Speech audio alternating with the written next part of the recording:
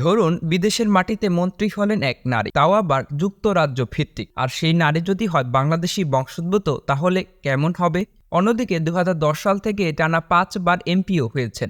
এমনকি এই প্রথম ব্রিটিশ বাংলাদেশ হিসাবে এমপি হয়ে ইতিহাস রচনাও করেছেন। যিনি হলেন রুশনারা আলী। তিনি সরকারের হাউজিং বিষয়ক মন্ত্রণালয় পলিসিগত ডেভেলপমেন্টের দায়িত্ব পেয়েছেন। তিনি আবার 15,896 ভোটও পেয়েছেন। তার দল লেবার পার্টি জয়লাভ করেছে। তাহলে চলুন আজ জানা যাক তার সম্পর্কে বিস্তারিত তথ্য। রুশনারা আলী, যিনি বাংলাদেশি বংশোদ্ভূত হয়ে ব্রিটিশ লেবার পার্টির একজন রাজনীতিবিদ ও ইয়ং ফাউন্ডেশনের সহকারী পরিচালক। 14 মার্চ 1975 সালে বাংলাদেশের সিলেট জেলার বিশ্বনাথে জন্মগ্রহণ করেন। জানা যায় যখন তার বয়স মাত্র 7 বছর তখন তিনি ও তার পরিবার লন্ডনে চলে যান। সেখানে মালবেরি স্কুলস অব গার্লস ও টাওয়ার হ্যামলেট কলেজে শিক্ষা লাভ করে। টাওয়ার হ্যামলেটে বেড়ে ওঠার সময় তার বাবার হাতের কাজ করতেন। এরপর অক্সফোর্ড বিশ্ববিদ্যালয়ের সেন্ট জনস কলেজে তিনি দর্শন, রাজনীতি ও অর্থনীতি বিষয়ে পড়াশোনা সম্পন্ন করেন। তিনি একই সাথে টাওয়ার হ্যামলেট সামার বিশ্ববিদ্যালয়ের একজন সদস্য।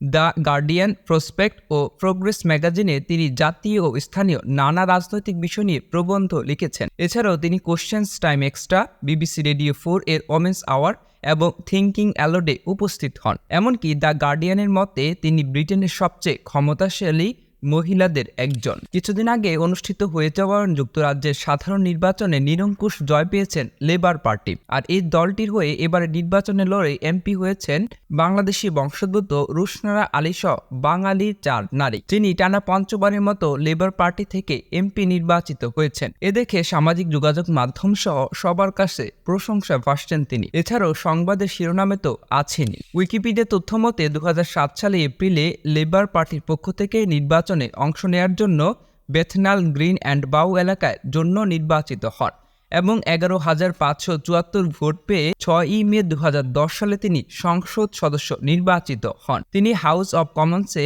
নির্বাচিত প্রথম বাংলাদেশি। এছাড়াও 2010 সালে নির্বাচিত প্রথম 3 জন মুসলিম মহিলা এমপির মধ্যে তিনি অন্যতম।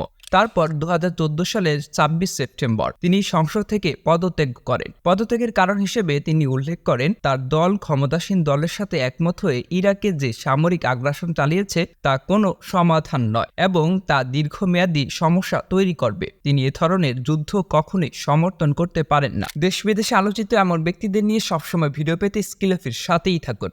আর অবশ্যই সবার আগে আমাদের সব ভিডিও দেখতে স্কিলফি চ্যানেলটিকে এখনই সাবস্ক্রাইব করুন এবং পাশে থাকা বেল আইকনটিতে ক্লিক করতে ভুলবেন না।